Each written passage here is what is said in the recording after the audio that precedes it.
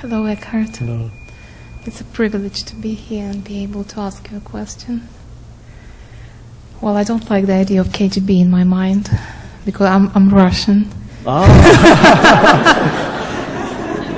There's a version of that in every country. Oh yes, yeah, that's true. Yes. So Central CIA. I can't remember what the I stands for.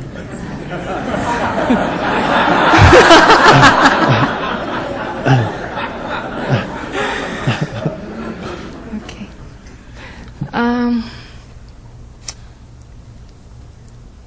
Although I'm willing to have more meaningful relationships in my life and be able to connect to people at a deeper level, I notice that these connections, they do not happen very often.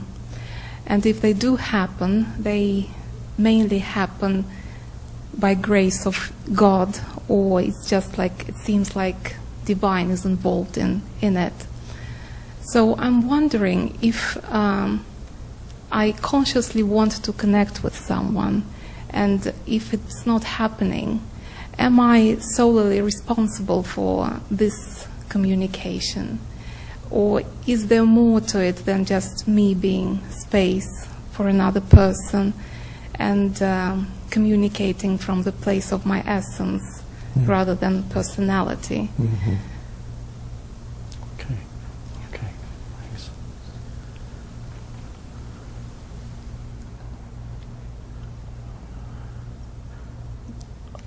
I would say that the wanting to connect with somebody is actually preventing the deeper intelligence, which you just called grace, to operate in the relationship, and then the connection can take place not through any kind of wanting on the part of one person, but as a natural growth.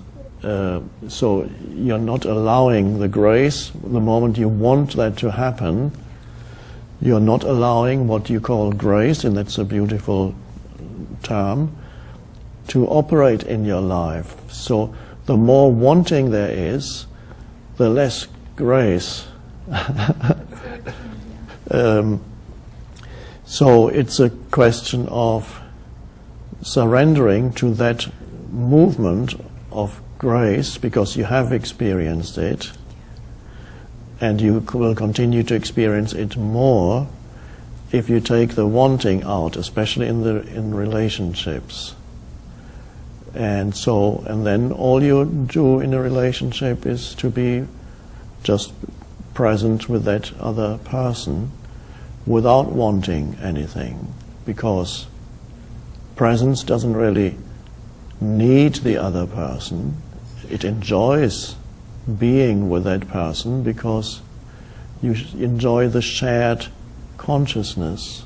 It's always what you, deep down, what you relate to in the other is not the physical form that may be there too, not even the mental makeup of that person, but what you truly relate to and recognize as a reflection ultimately of who you are is the consciousness in the other person.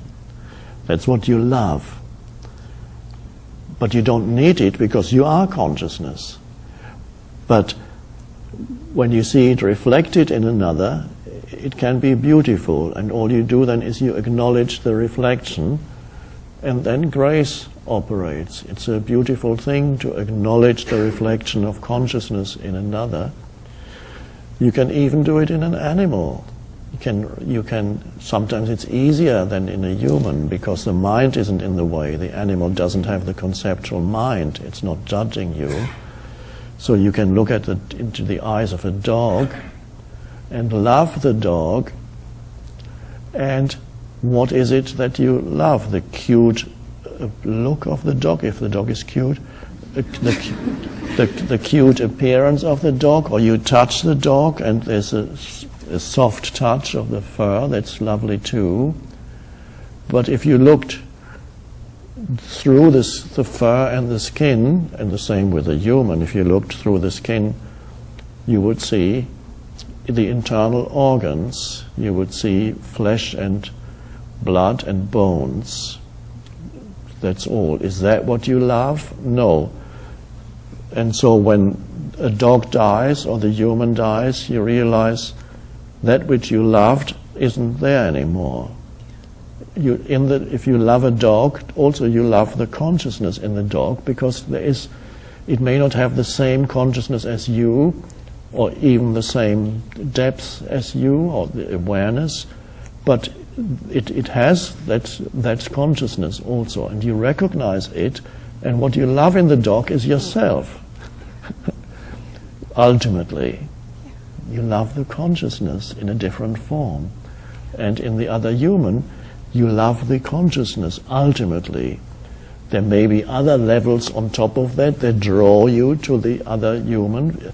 Sometimes it starts with sexual attraction. Then there is the physical surface of the other human that your physicality responds to, and that can be the beginning of an attraction. Now, if you come together on the basis of that, and the deepening does not happen into deeper levels beyond the physical attraction. The next level down is the emotional attraction, and even that is not enough to sustain a satisfying relationship. If it's only the physical, it's fairly short-lived. If the emotional is added, it has a slightly longer lifespan. But if the consciousness, the transcendent or spiritual dimension, is missing in the relationship, it's condemned to failure. So, but it does not mean it cannot become that. It can happen that a relationship starts with a physical attraction, then it becomes emotional, and then the spiritual comes in. So the answer is simple, then, is to don't want what you don't need. Exactly. Thank you. Thank you so much. Thank you. Thank you.